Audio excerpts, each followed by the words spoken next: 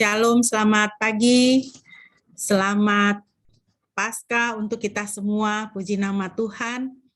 Hari ini adalah hari kemenangan iman, hari penuh kemuliaan, penuh sukacita yang boleh kita rasakan, kita alami, dan kita rayakan bersama-sama pada pagi hari ini.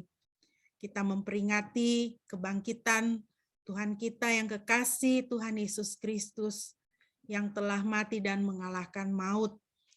Haleluya. Mari Bapak Ibu yang dikasihi Tuhan, kita akan memasuki ibadah kita pada pagi hari ini. Kita naikkan pujian dari Kidung Jemaat 248B. Kita nyanyikan ayat 1, ayat 2, dan ayatnya yang keempat. Yesuslah Raja yang menang sejauh edaran surya terang. Mari kita memuji Tuhan dengan bersemangat, dengan bergembira, karena Tuhan kita adalah Raja yang menang. Haleluya.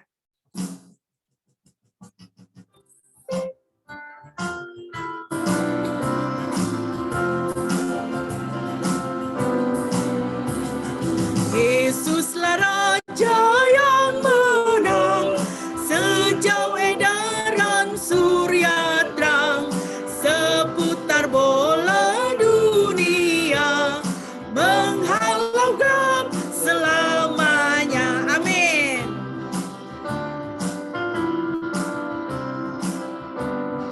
Rangkaian doa dan sembah tak putus naik kepadanya, namanya harum dan kudus, dipuji umatnya terus. Ayat yang keempat.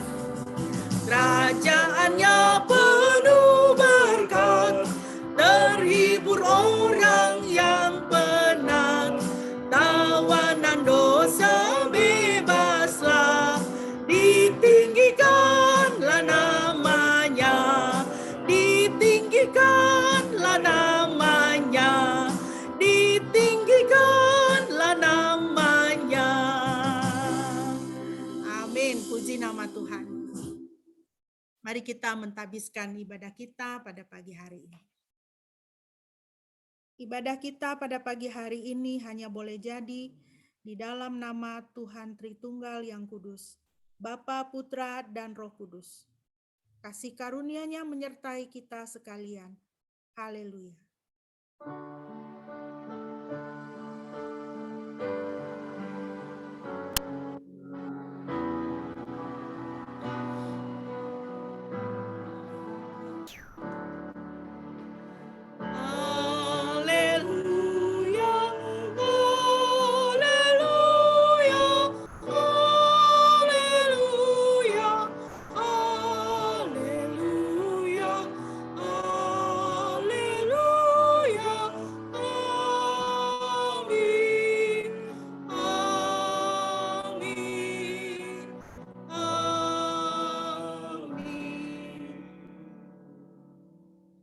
Firman Tuhan yang melandasi ibadah kita pada pagi hari ini terambil dari Lukas 24 ayat 5 dan 6.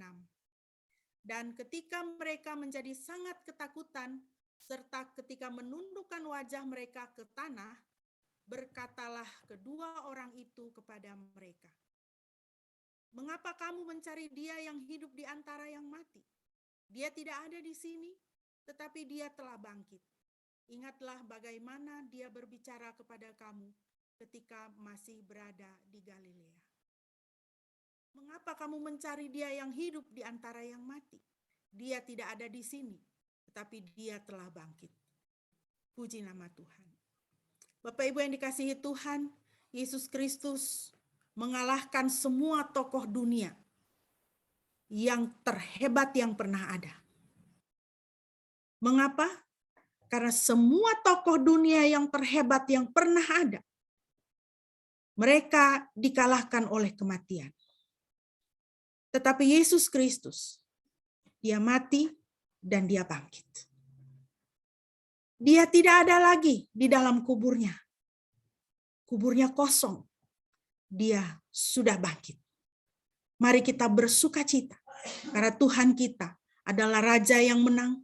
Tuhan kita mengalahkan segala sesuatu. Dia tidak ada saingannya dan dia tidak ada tandingannya. Bapak Ibu, mari kita kembali memuji Tuhan. Kita naikkan pujian dari Kidung Jemaat 340, kita nyanyikan ayat 1 dan ayat yang kedua. Kalau Yesus Kristus Tuhan kita sudah bangkit, mari kita juga sebagai anak-anak Tuhan, kita bangkit bagi Yesus. Kita bangkit bagi Yesus, ikut Yesus dengan bersemangat. Jangan takut akan apapun juga, karena Tuhan sudah menang dan kemenangannya adalah bagi kita. Mari kita bernyanyi bersama-sama pujian ini.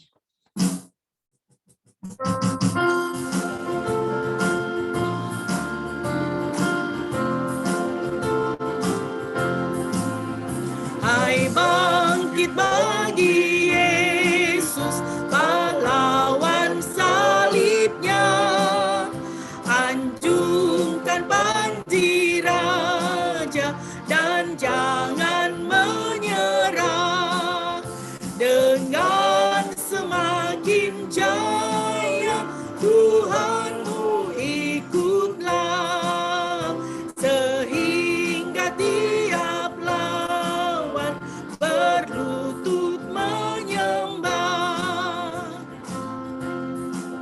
Ayat yang kedua, hai bangkit bagi Yesus. Hai bangkit bagi Yesus, dengar panggilannya, hadapilah tantangan harinya inilah, dan biar tak terbilang pasukan kuasa gelap, semakin berbahaya, semakin kau tegap, dan biar tak terbilang pasukan kuasa gelap, semakin berbahaya, semakin kau tegap. Amin, puji nama Tuhan. Dan biar tak terbilang pasukan kuasa gelap, semakin berbahaya, semakin kau tegap. Kemenangan adalah milik kita. Kita akan semakin tegap di dalam mengikuti Tuhan, karena Tuhan kita adalah Tuhan kebangkitan. Puji nama Tuhan. Bapak Ibu, mari kita terus memuji Tuhan. Kita bersama-sama mau bermazmur dari Mazmur 118 ayat 1 sampai dengan ayatnya yang ke-9. Mazmur 118 ayat 1 sampai 9, kita angkat suara bersama-sama. Kita dengan lantang, dengan bersemangat bersyukur kepada Tuhan. Mari kita memuji Tuhan. Bersyukurlah kepada Yahweh sebab Dia baik. Kasih setianya tetap untuk selamanya. Biarlah sekarang Israel berkata, kasih setianya tetap untuk selamanya. Biarlah sekarang keturunan Harun berkata, kasih setianya tetap untuk selamanya. Biarlah sekarang semua orang yang hormat akan Yahweh berkata, kasih setianya tetap untuk selamanya. Di dalam kesesakan aku berseru kepada Yahweh. Yahweh menjawab aku dan memberi kelegaan. Yahweh di pihakku, aku tidak akan takut. Apakah yang dapat manusia perbuat kepadaku?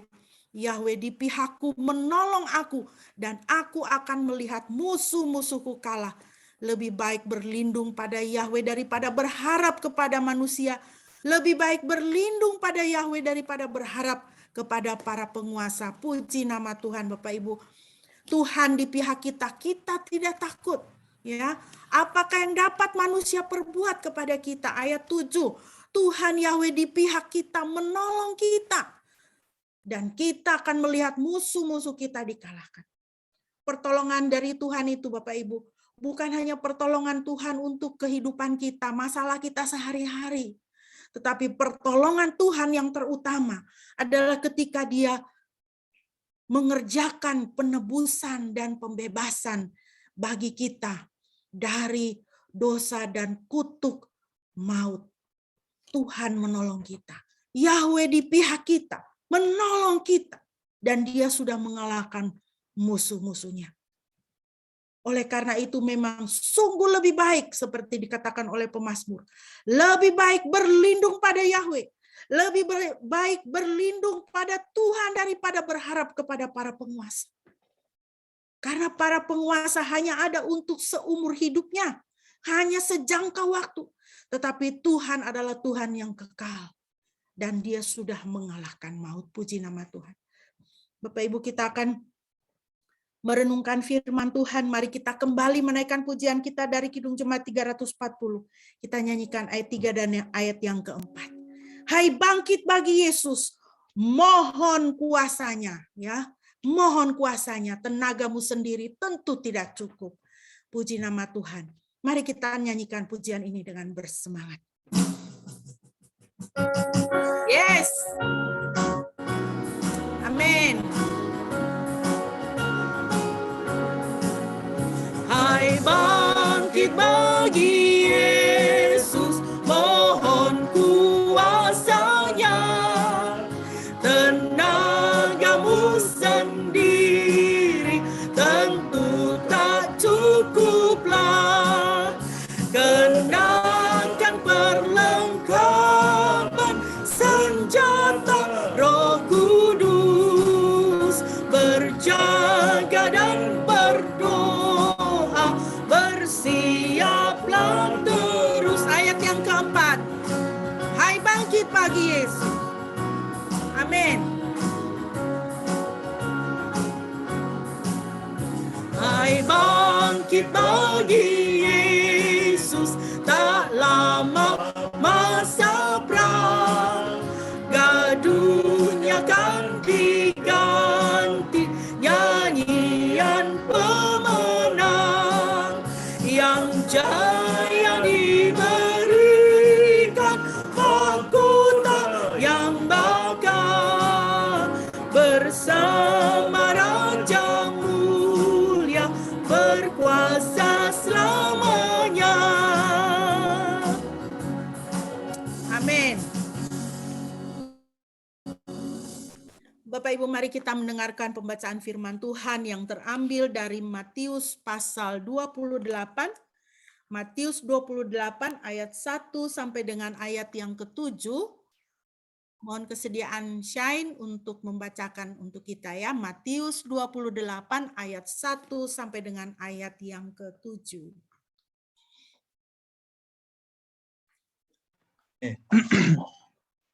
Matius 28 ayat 1 sampai 7. Setelah lewat hari Sabat, saat fajar menyingsing pada hari pertama minggu itu, Maria Magdalena dan Maria yang lain datang untuk melihat kubur itu.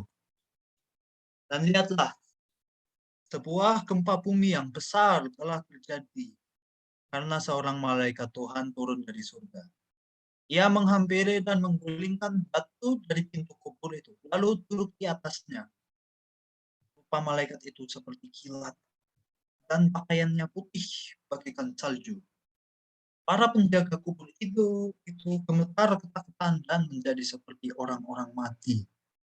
Tetapi malaikat itu menjawab dan berkata kepada wanita itu, "Janganlah kamu takut, karena aku tahu bahwa kamu mencari Yesus yang sudah disalibkan. Dia tidak ada di sini, karena dia sudah bangkit. Sebagaimana yang sudah dia katakan, mari lihatlah tempat Tuhan dibaringkan. Dan segeralah pergi, lalu katakanlah kepada murid-muridnya bahwa dia sudah bangkit dari kematian. Dan lihatlah, dia mendahului kamu ke Galilea. Di sana kamu akan melihat dia. Perhatikanlah, aku sudah mengatakannya kepadamu." Amin. Ya, puji nama Tuhan. Terima kasih Shine. Bapak Ibu yang dikasihi Tuhan, pembacaan kita yang kedua terambil dari 1 Korintus 15. 1 Korintus 15 ayat 12 sampai dengan ayat 28. 1 Korintus pasal 15 ayat 12 sampai dengan ayat 28. Saya akan membacakan bagi kita demikian firman Tuhan. Jika Kristus diberitakan bahwa dia telah dibangkitkan dari kematian, bagaimana mungkin beberapa orang dari antara kamu mengatakan bahwa tidak ada kebangkitan orang mati? Namun jika tidak ada kebangkitan orang mati, Kristus pun tidak dibangkitkan. Jika Kristus tidak dibangkitkan, maka sia-sialah pemberitaan kami dan sia-sialah juga iman kamu. Dan kami juga didapati sebagai saksi palsu Elohim, karena kami telah bersaksi tentang Elohim bahwa dia telah membangkitkan Kristus yang tidak dibangkitkannya, jika ternyata benar bahwa orang mati tidak dibangkitkan. Sebab jika orang mati tidak dibangkitkan, Kristus pun tidak dibangkitkan. Jika Kristus tidak dibangkitkan, maka sia-sialah imanmu dan kamu masih hidup dalam dosa-dosamu. Karena itu mereka yang mati dalam Kristus, mereka juga binasa. Jika kita berpengharapan kepada Kristus hanya dalam kehidupan ini saja, maka kita adalah orang-orang yang paling menyedihkan dari semua orang. Namun sekarang Kristus telah dibangkitkan dari kematian dan menjadi buah sulung dari mereka yang telah mati. Sebab kematian terjadi melalui seorang manusia, maka kebangkitan orang mati juga terjadi melalui seorang manusia. Sebab sebagaimana semua orang mati di dalam Adam, demikian juga semua orang akan dihidupkan di dalam Kristus. Namun masing-masing sesuai dengan urutannya. Kristus sebagai buah sulung, kemudian mereka yang menjadi milik Kristus pada waktu kedatangannya. Pada akhirnya ketika dia menyerahkan kerajaan kepada Elohim Bapa, dan ketika dia telah melenyapkan setiap penguasa, otoritas, dan kuasa. Karena dia harus memerintah sampai Elohim meletakkan semua musuh di bawah kakinya. Maka musuh terakhir yang akan dilenyapkan adalah maut. Elohim telah menaklukkan segala sesuatu di bawah kaki Kristus. Ayat 27. Namun ketika dikatakan bahwa segala sesuatu telah ditaklukkan, jelaslah bahwa hal itu tidak termasuk Elohim sendiri yang telah menaklukkan segala sesuatu kepada Kristus. Dan ketika Elohim telah menaklukkan segala sesuatu kepada Kristus, maka Sang Putra pun akan menaklukkan dirinya sendiri kepada Elohim yang telah menaklukkan segala sesuatu kepadanya, supaya Elohim dapat menjadi semua dalam semuanya. Demikian firman Tuhan. Terpujilah kita yang percaya kepada firman Tuhan dan mempercayakan hidup kita di dalam kebenaran firman Tuhan. Bapak Ibu, mari kita berdoa sebelum kita merenungkan firman Tuhan. Tuhan, kami mengucap syukur untuk pagi hari yang indah ini. Kami boleh membaca dan kami akan merenungkan firman Tuhan. Kiranya Tuhan memberkati perenungan kami pagi hari ini, Tuhan. Dan berikanlah kami kuasa-Mu ya Tuhan, supaya kami dapat menjadi pelaku-pelaku firman di dalam kehidupan kami, demi kemuliaan nama Tuhan. Dalam nama Yesus, haleluya. Amin. Bapak Ibu yang dikasihi Tuhan, pada pagi hari yang berbahagia ini kita menyambut dan kita merayakan kebangkitan Tuhan Yesus Kristus. Ini adalah perayaan penuh kemuliaan di dalam keimanan kita sebagai orang Kristen, sebagai orang yang percaya kepada Kristus, sebagai pengikut Kristus. Bapak Ibu, kebangkitan Kristus adalah fakta sejarah yang valid, yang sah, ya. Dan Alkitab mencatatnya dengan terperinci. Seperti yang satu bagian yang sudah kita baca dari Matius 28 tadi ayat 1 sampai dengan ayat yang ke-7, dan perikop-perikop selanjutnya Alkitab mencatat tentang kebangkitan Kristus. Apa yang terjadi, dan bukan saja catatan mengenai peristiwa itu, tetapi kebangkitan Kristus sebagai fakta sejarah itu dikuatkan dengan jumlah saksi mata yang bahkan mencapai ratusan. Ya, karena setelah peristiwa kebangkitan selama 40 hari ke depan, Tuhan Yesus menampakkan diri dan Alkitab mencatat bahkan saksinya itu yang melihat dia itu bahkan sampai mencapai angka 500, ya, lebih. Jadi kebangkitan Kristus itu tidak diragukan lagi, itu adalah fakta sejarah, terjadi di dalam panggung sejarah dunia ini. Kalau kebangkitan Kristus adalah fakta sejarah, berarti kelahirannya, kematiannya, ya, sengsaranya, kematiannya, kebangkitannya itu adalah fakta sejarah. Tidak bisa diganggu gugat. Dan bagi kita kebangkitan Kristus adalah tiang kebenaran iman kita. Tadi kita sudah membaca di dalam 1 Korintus 15 ya. Kalau Kristus tidak dibangkitkan, maka sia-sia iman kita. Ya. Tuhan Yesus itu hanya, kalau dia tidak bangkit, berarti dia hanya manusia biasa. Sama dia dengan semua tokoh-tokoh hebat yang ada di dalam dunia ini. Sama-sama dikalahkan oleh maut, sama-sama mati. Ya. Kebangkitan Kristus juga menegaskan bahwa Tuhan Alkitab adalah Tuhan yang sejati dan benar. Dan rancangannya itu terlaksana, firman-Nya tidak gagal. Ya.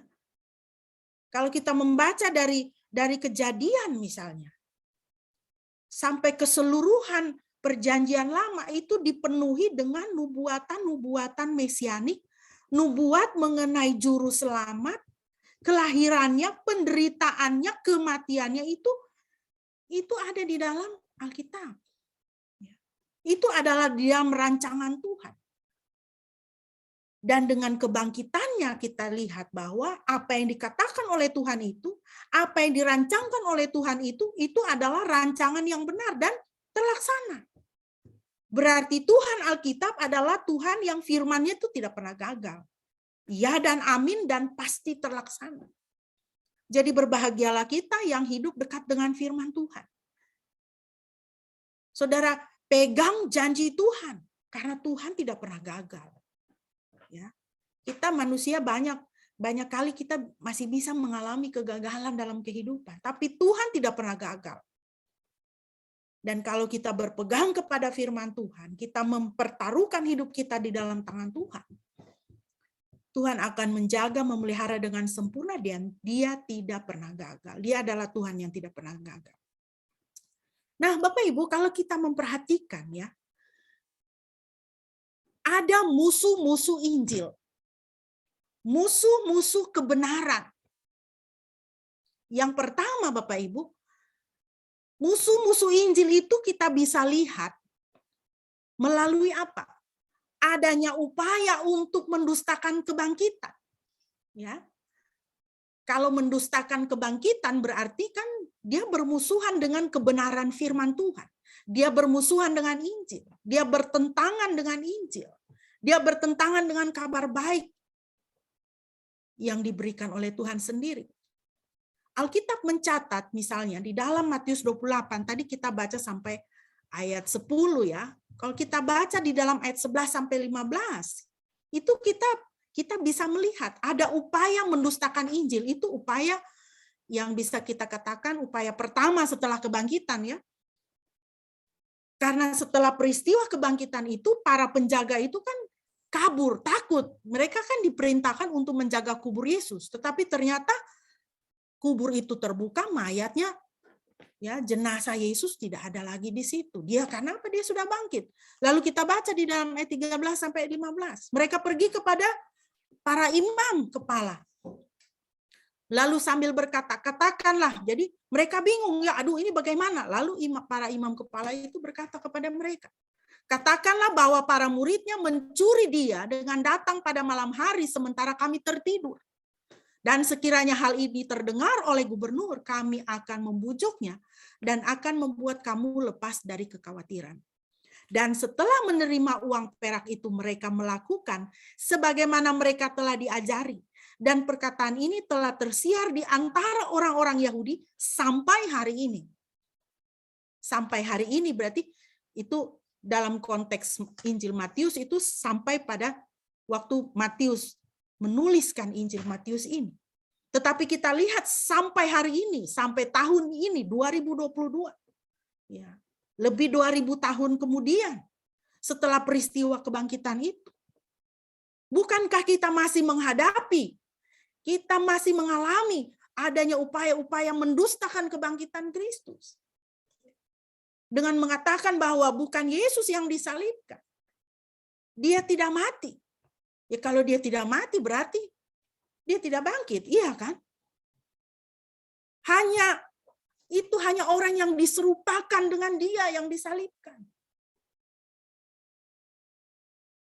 Kalau dia tidak disalibkan, dia tidak mati, berarti dia tidak bangkit. Jadi jangan heran, ya Bapak, Ibu, dan saudara sekalian yang dikasihi Tuhan. Ada musuh-musuh Injil yang mendustakan berita tentang kebangkitan. Musuh-musuh Injil zaman modern ini adalah ajaran dunia buatan setan. Ya. Kalau saudara lihat gambar di sebelah kiri itu saya dapat hari Jumat Agung kemarin ya. Kita selama sepekan ini kan kita menyebutnya Pekan Suci ya. Mulai dari Minggu Palma kemarin. Ya. Mulai dari Minggu Palma, hari Minggu kemarin, hari Senin ya. Hari Senin itu ada peristiwa Tuhan Yesus di bait suci, dia menyucikan bait suci, kemudian dia diurapi dengan minyak oleh Maria ya pada waktu itu ya, Maria Magdalena kalau tidak salah ya. Kemudian hari Selasa juga, kemudian hari Rabu, semua kita dalam pekan suci. Hari Kamis kita merayakan Kamis Putih, di mana Tuhan Yesus melakukan perjamuan malam terakhir dengan para murid, dia mencuci kaki para murid di situ, ya. Nah, kalau di dalam bahasa Inggris itu disebut Maundy Thursday, ya. Kalau kita di Indonesia kita katakan Kamis Putih. Nah, Maundy Thursday ini di Swedia itu disebut dengan Skartorsdagen. Saya tidak tahu ya, mudah-mudahan itu benar bacaannya ya. Skartorsdagen ya. Skartorsdagen ini adalah hari apa? Hari di mana para tukang sihir Swedia terbang ke Pulau Blakula untuk menari berdansa dengan iblis. Lalu anak-anak berdandan sebagai Easter eggs, ya. Nenek-nenek tua Easter, tukang-tukang sihir, ya. Lalu pergi dari rumah ke rumah mengumpulkan permen-permen telur untuk menandai, untuk merayakan hari itu. Hari di mana tukang-tukang sihir pergi terbang dengan sapu, ya, ke Pulau Blakula untuk menari, berdansa dengan iblis. Jadi orang-orang di sana, orang-orang Swedia itu mereka pada hari itu mereka sembunyikan sapunya. Supaya tukang sihir tidak bisa berkeliaran dan terbang-terbang. Dan ini dirayakan sebagai apa? Sebagai hari raya, sebagai suatu apa ya? Ya sebagai hari raya. Pada hari Maundy Thursday itu. Nah, kalau hari Kamis Putih saja sudah didustakan seperti itu, Bapak Ibu. Ya. Ini ajaran dunia buatan setan ini, ya kan? Kalau Kamis Putih saja didustakan seperti itu, bagaimana lagi dengan Minggu Paskah, iya kan? Yang kalau kita di Indonesia mungkin enggak terlalu ini terasa, karena kita orang Indonesia ini memang sudah Alkitabiah betul kita ini. Kita mengatakan Selamat Paskah. Ya. Selamat Paskah, Happy Passover. Ya. Passover itu Paskah itu diambil dari kata Ibrani itu Pesach, ya. Paskah itu melewati. Bahasa Inggrisnya itu Passover. Melewati. Tetapi kita lihat ya, kalau di barat misalnya gitu kan, dikatakan apa? Happy Easter, ya. Kalau happy Easter, Easter itu harus ada Easter bunny-nya. Ya. Kelinci Easter-nya.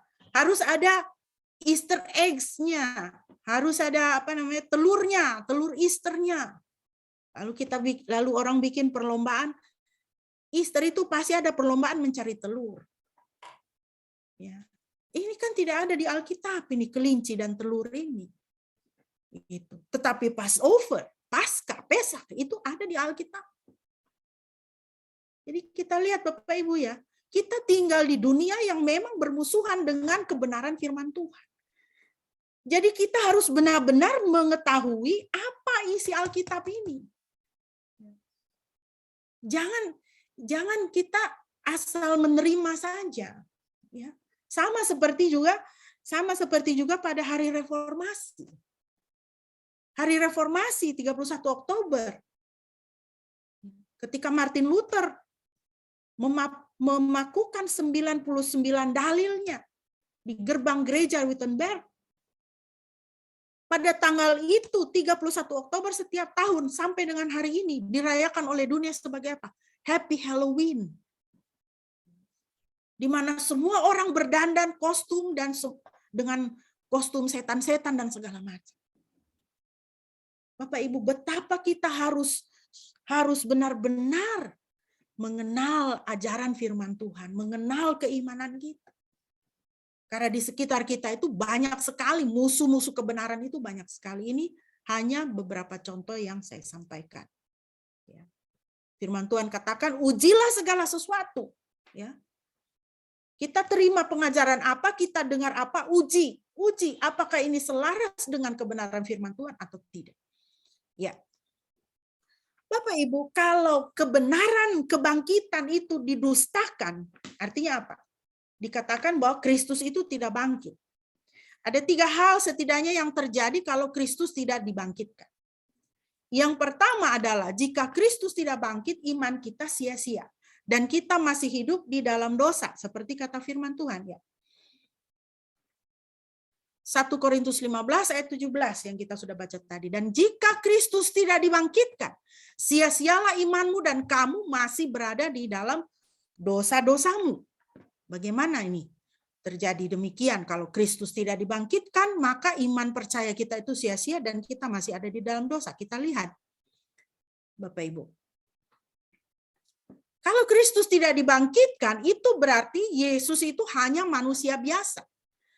Kalau hanya manusia biasa, berarti dia itu adalah manusia yang berdosa. Ya. Karena Alkitab mencatat bahwa semua orang telah berdosa. Sudah jatuh ke dalam dosa. Semua orang itu telah kehilangan kemuliaan Tuhan. Kalau Yesus hanya manusia biasa, berarti dia juga adalah orang berdosa. Sama seperti kita.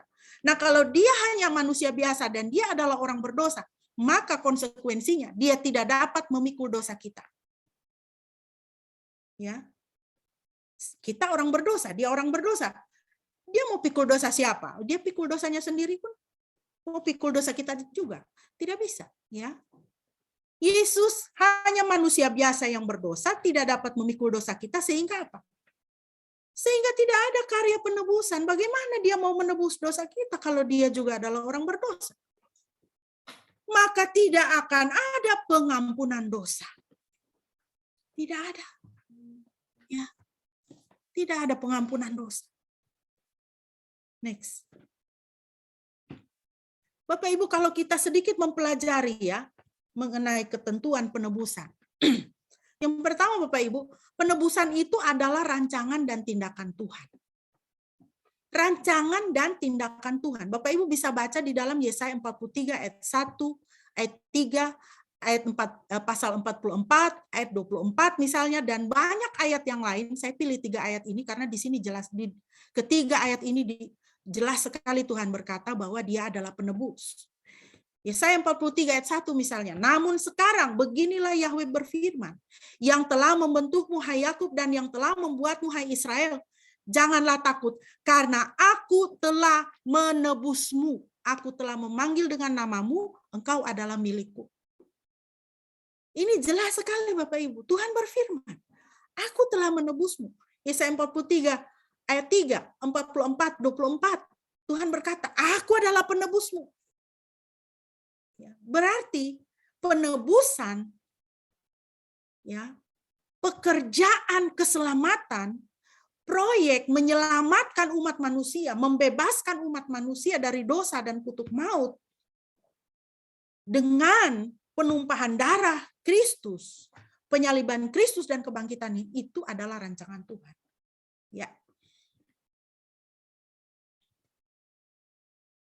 Ketentuan penebusan yang berikut, saudara, adalah bahwa anak domba yang tidak bercela menjadi kurban. Ya.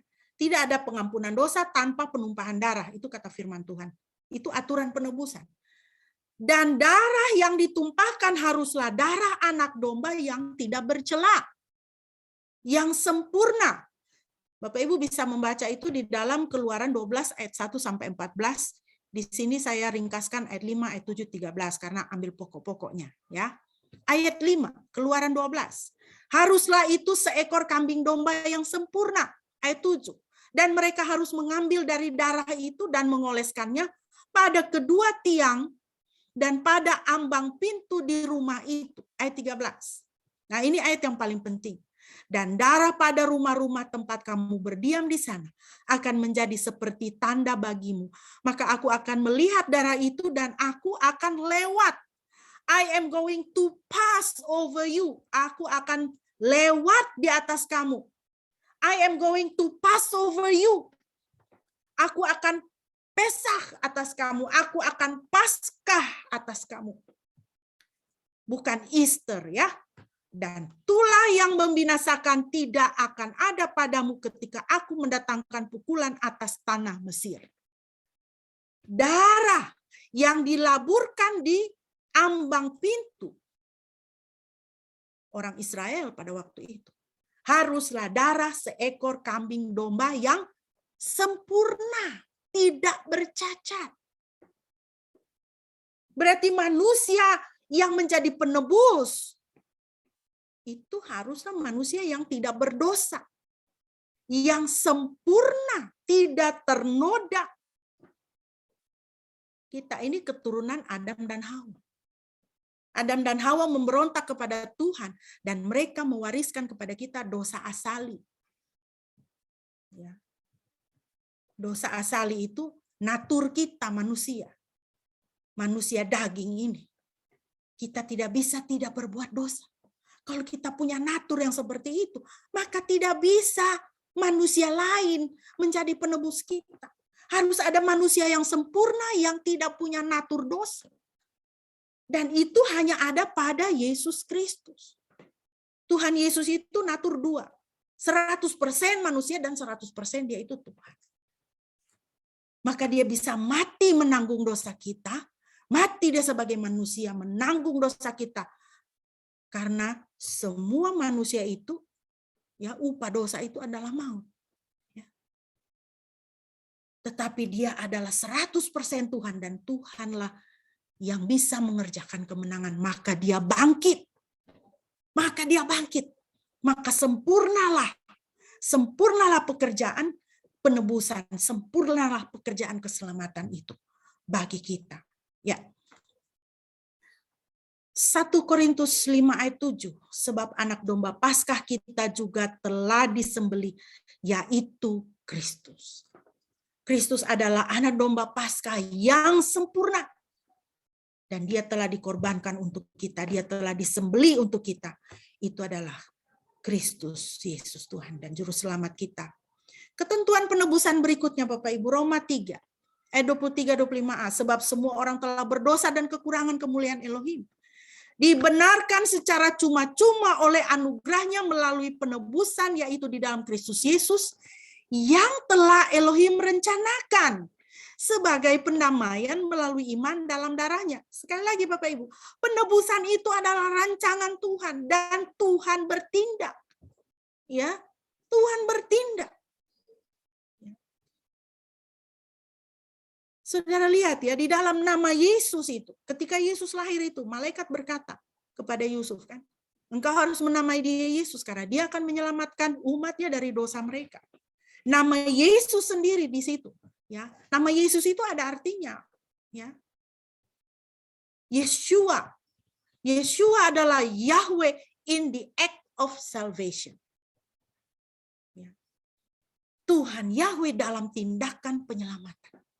Penebusan telah Elohim rencanakan. Roma 4, 24-25. Melainkan bagi kita juga yang bagi kita akan segera diperhitungkan, yaitu bagi yang percaya kepada Dia yang telah membangkitkan Yesus Tuhan kita dari antara yang mati, yang telah diserahkan karena kesalahan-kesalahan kita, dan telah dibangkitkan demi pembenaran kita. Ya. Jadi tidak titik di mana Yesus telah diserahkan karena kesalahan-kesalahan kita, titik. Tidak. Yesus diserahkan karena kesalahan-kesalahan kita dan telah dibangkitkan demi pembenaran kita.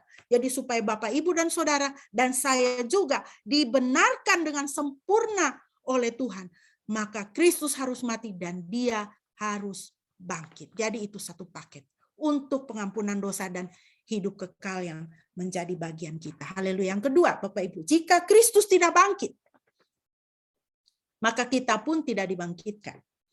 Ya. 1 Korintus 15, 20-23. Namun sekarang Kristus telah dibangkitkan dari antara yang mati. Dia telah menjadi buah sulung dari mereka yang telah meninggal. Dia sudah dibangkitkan, maka dia menjadi buah sulung dari mereka yang telah meninggal. Sebab karena kematian itu melalui seorang manusia, yaitu Adam, maka kebangkitan orang-orang mati juga melalui seorang manusia, yaitu Kristus. Sebab bahkan sebagaimana semua orang mati di dalam Adam, demikian juga semua orang akan dihidupkan di dalam Kristus. Namun masing-masing sesuai dengan urutannya. Kristus sebagai buah sulung, kemudian mereka yang adalah milik Kristus pada waktu kedatangannya. Jadi saudara, kalau Tuhan Yesus tidak dibangkitkan, tidak ada kebangkitan kita. Di dalam pengakuan iman rasuli kita mengatakan apa? Aku percaya kebangkitan orang mati. Tapi itu hanya bisa terjadi kalau Kristus dibangkitkan. Ya. Jika tidak ada kebangkitan, apa yang terjadi? Manusia terjerumus ke dalam filsafat dunia, materialisme, hedonisme. Iya kan? Kalau tidak ada kebangkitan berarti hidup kita ini selesai. Ketika kita mati selesai, habis. Ya. Lalu apa? Ya, kalau hidup di dunia satu kali habis itu mati ya senang-senang saja tuh. Senang-senang saja. Pergunakan waktu selama hidup, selama bernapas ini ya untuk menyenangkan diri dengan materi. Ya.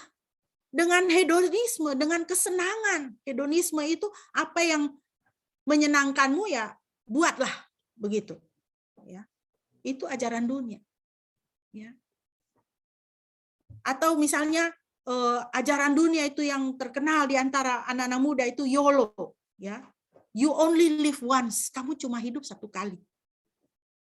Jadi ya bersukacitalah, bergembiralah, mabuklah. Iya kan? Lakukan apa yang menjadi keinginan hatimu. Ya.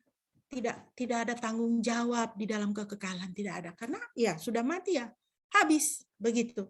Ya. Hancur lebur ini kita manusia ini. Kalau kita tidak ada kebangkitannya, kita terikat dengan filsafat dunia seperti ini yang tidak ada tanggung jawab. Tidak ada tanggung jawab kehidupan. Ya. Jika tidak ada kebangkitan kita, maka kematian kita adalah akhir yang menyedihkan. Akhir yang menyedihkan. Kenapa? Karena ya itu sudah benar-benar sudah habis sudah. Tidak ada apa-apa lagi. Dan jika tidak ada kebangkitan, kalau Kristus tidak dibangkitkan dan kita tidak dibangkitkan, maka tidak ada penghiburan dan pengharapan dalam kedukaan. Kalau ada peristiwa kematian itu dukanya luar biasa. Ya. Dukanya luar biasa. Kalau orang yang kita kasihi meninggal, kita berduka luar biasa. Kita berduka luar biasa, kita akan terpuruk luar biasa. Karena memang benar-benar kita kehilangan dia. Benar-benar dia sudah dirampas dari kehidupan ini. Benar-benar dia sudah dirampas dari kehidupan kita.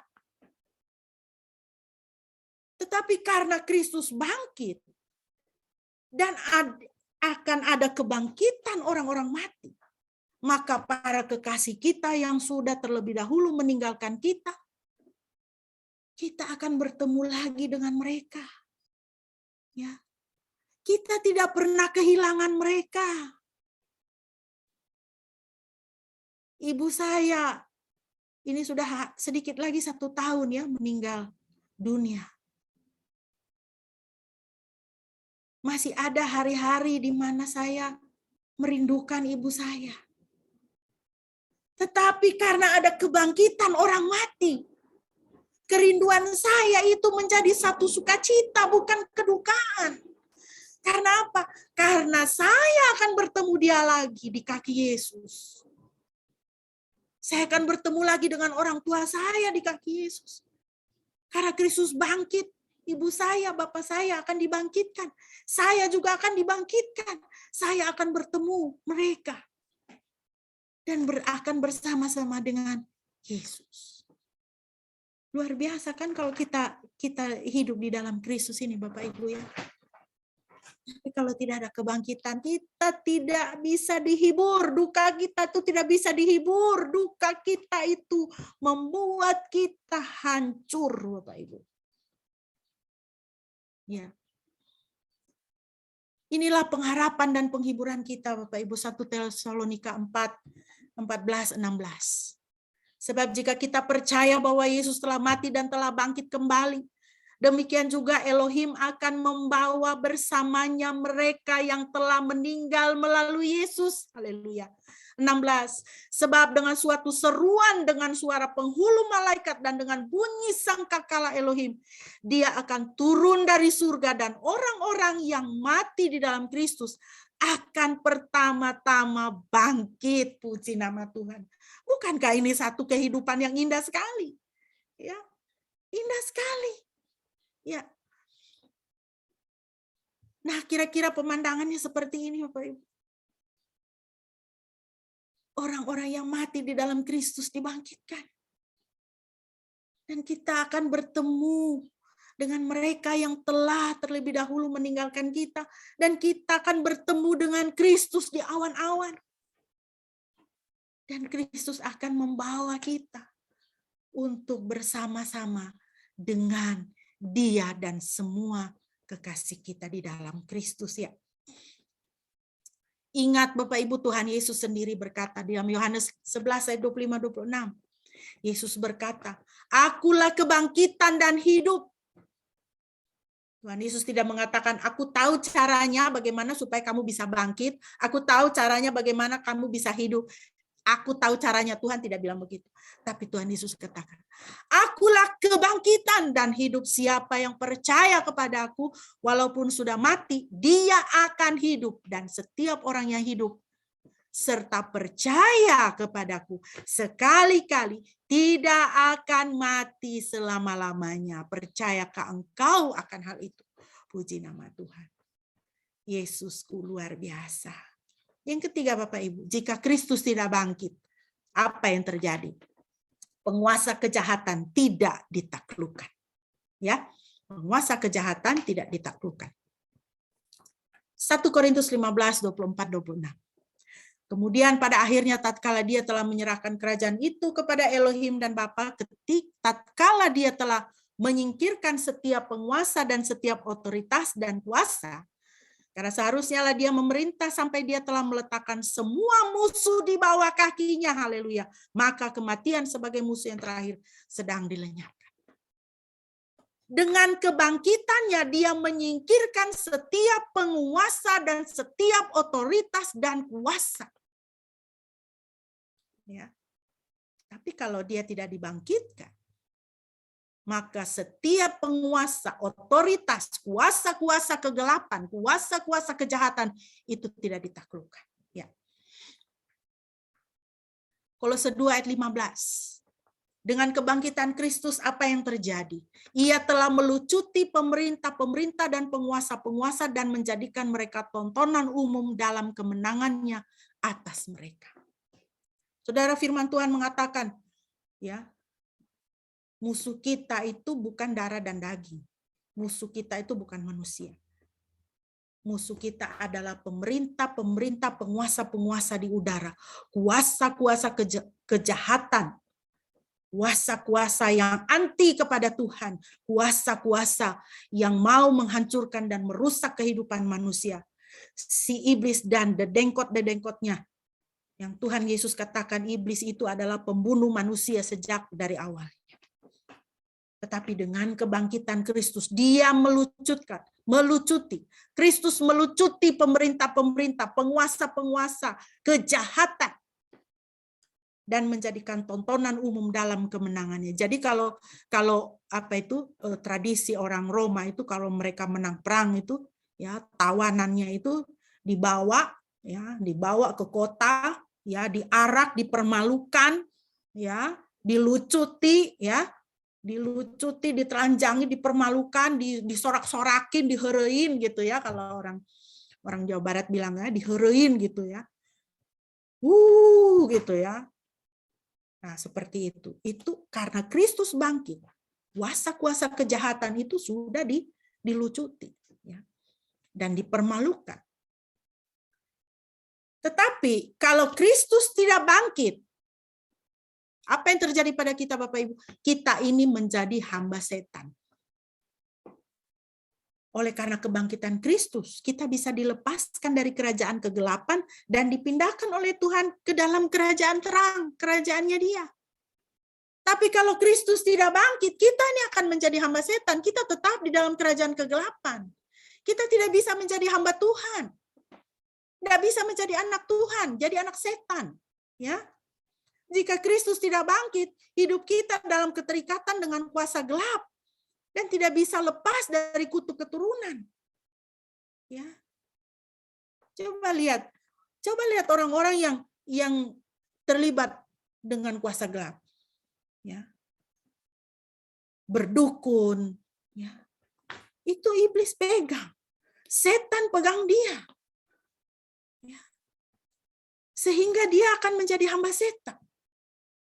Kutuk itu akan selalu ada di dalam rumahnya, sakit, penyakit, kemalangan, kematian yang tidak wajar, ketidaksuburan.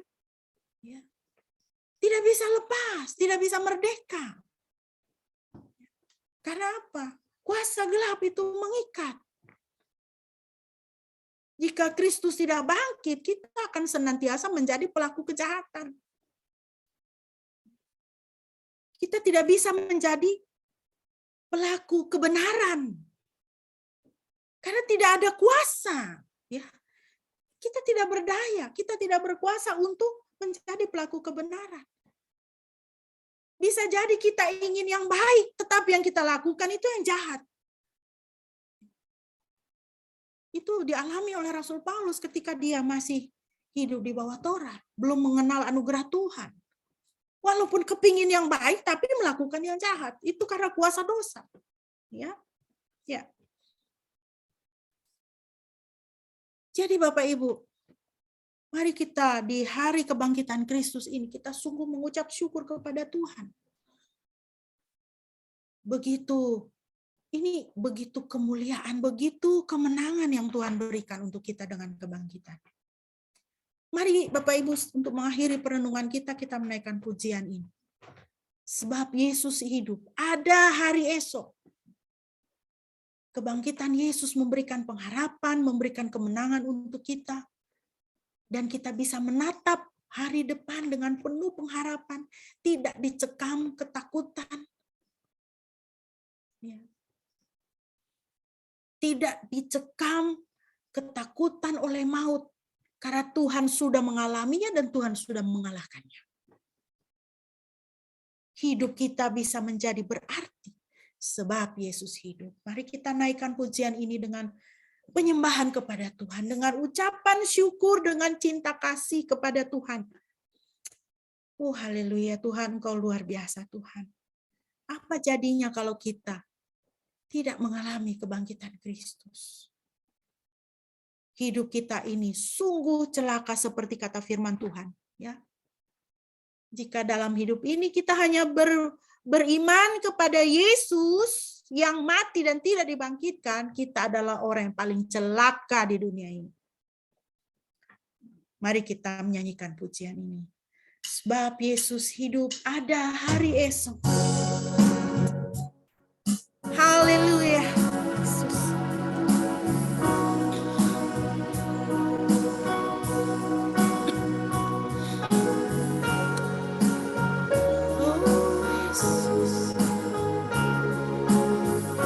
Sebab Yesus hidup. Sebab Yesus hidup. Ada hari esok. Yesus hidup. Hilang takut. Karena ku tahu Dia pegang hari esok. Hidup jadi berarti sebab Yesus hidup. Because He lives. Because He lives, I can face tomorrow, Jesus, because He lives. All fear is gone, because I know He holds the future. And life is worth the living just because He lives. Sebab Dia hidup. Sebab Yesus hidup. Ada hari esok. Sebab Yesus hidup. Hilang takut. Amin. Hilang takut. Karena ku tahu Dia pegang hari esok. Hidup jadi berarti sebab Dia hidup. Hidup jadi berarti. Hidup jadi berarti sebab Dia hidup. Haleluya.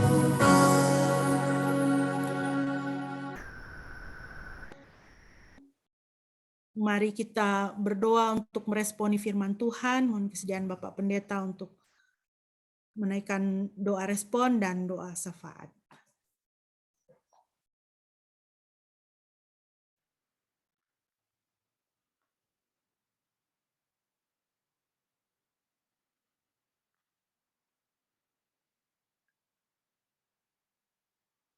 Mari kita bersatu dalam doa. Kami bersyukur karena Tuhan Yesus hidup. Tuhan Yesus bangkit dari kematian. Tuhan Yesus sudah mengalahkan kuasa dosa. Tuhan Yesus juga sudah mengalahkan maut.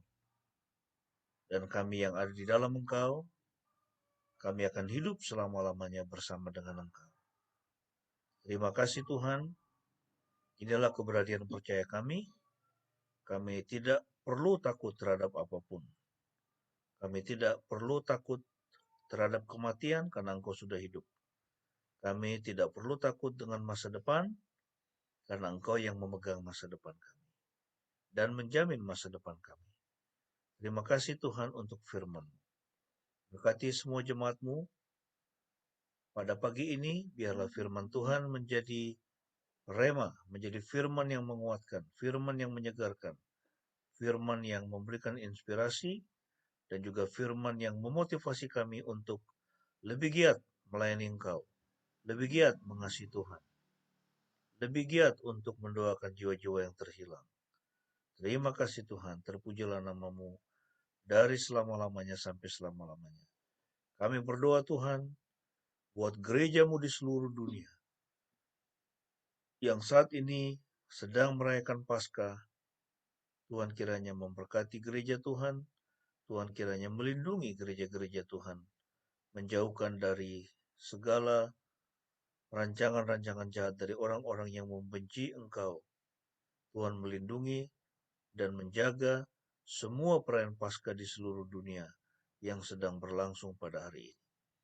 Kami berdoa bagi pemerintah kami, Tuhan berkati, Tuhan tolong agar dapat menjalankan roda pemerintahan dengan baik dan juga menjamin ketersediaan bahan-bahan pangan, juga kebutuhan BBM, minyak goreng dan sebagainya dengan harga yang terjangkau oleh masyarakat. Berkati Tuhan pemerintah kami, berkati bangsa Indonesia, supaya bangsa Indonesia semakin menjadi bangsa yang hidup takut akan Engkau dan hidup mengasihi Tuhan. Kami juga mau berdoa saat ini untuk setiap anggota keluarga kami, baik orang tua kami dalam masa tua mereka, kiranya Tuhan senantiasa menyertai dan memberkati kehidupan mereka. Kami juga mau berdoa untuk semua anak-anak kami dalam studinya, berkatilah studi mereka. Kami berdoa bagi pekerjaan kami. Tuhan berkati pekerjaan kami, sehingga boleh semakin bertumbuh, boleh semakin berkembang, dan melalui pekerjaan kami, apapun yang kami lakukan, kami kerjakan, semuanya boleh kami pakai untuk kemuliaan. Terima kasih Tuhan Yesus. Kami bersyukur atas firman-Mu yang boleh kami renungkan pada pagi ini. Dan kami mengalaskan doa ini dalam doa Bapa kami sebagaimana yang Tuhan Yesus sudah ajarkan kepada kami. Mari kita naikkan bersama-sama.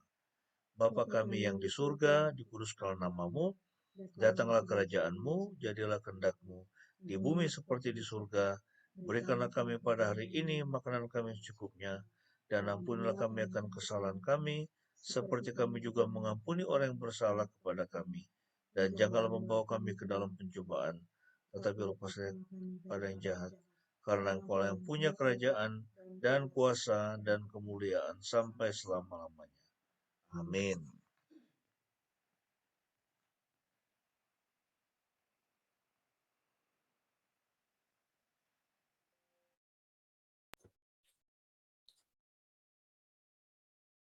Bapak Ibu yang dikasihi Tuhan, mari kita bersama-sama mengucapkan pengakuan iman kita di hadapan Tuhan dan sesama dan bersama seluruh orang percaya di seluruh dunia. Marilah kita berkata demikian.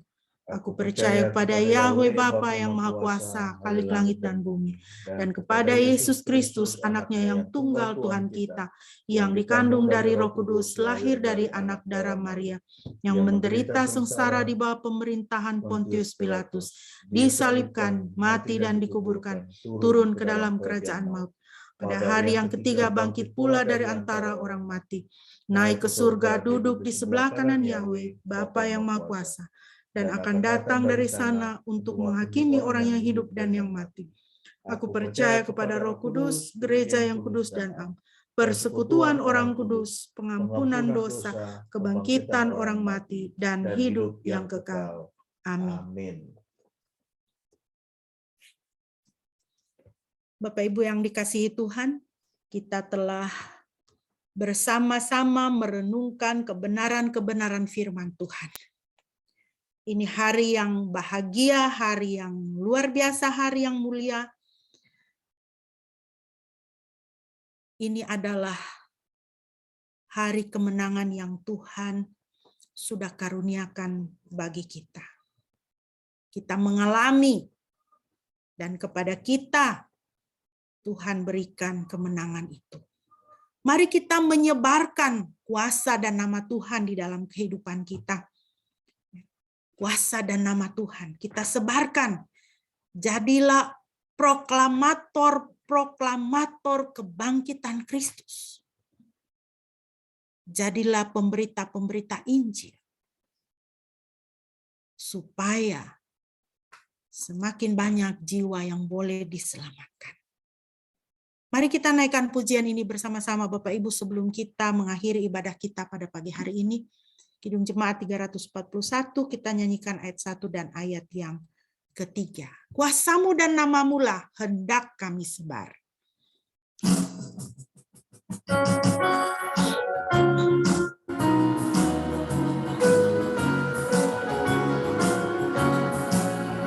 Kuasamu dan namamu lah hendak kami sebar, dan karena itu ya Tuhan kami takkan gentar, bagaikan padi segenggam pastilah busuk dipendam, supaya tumbuh dan segar di panas surya membakar, berbuahlah tuaian pun besar.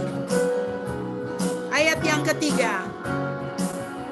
Bagaikan padi Tuhan pun dikubur dipendam, kembali bangkit berebut umat-Mu terkerang.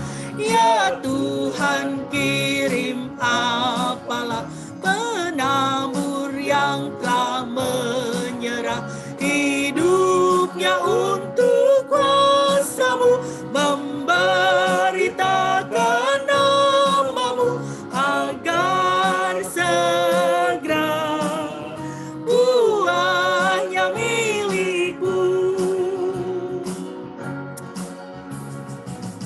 Haleluya, amin. Bapak Ibu yang dikasihi Tuhan, jadilah penabur dan terimalah firman. Terimalah firman berkat bagi kita semua. Yahweh memberkati engkau dan memelihara engkau.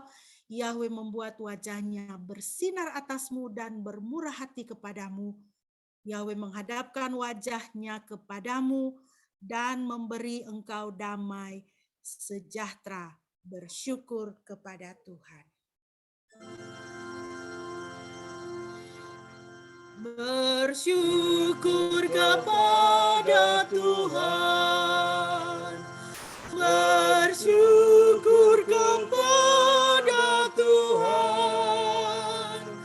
Sebab Ia baik.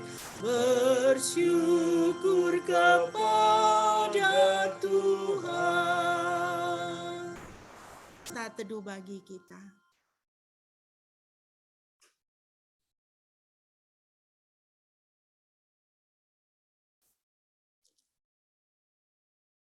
Amin. Haleluya Bapak Ibu, demikian ibadah kita pada pagi hari ini telah selesai. Penuh sukacita bagi Tuhan, hidup penuh pengharapan dan kemenangan karena Tuhan sudah bangkit dan menang dan memberikan pengharapan untuk kita semua. Shalom Bapak Ibu, Tuhan Yesus. Shalom. Shalom, selamat Paskah Selamat semuanya. Paskah buat semuanya.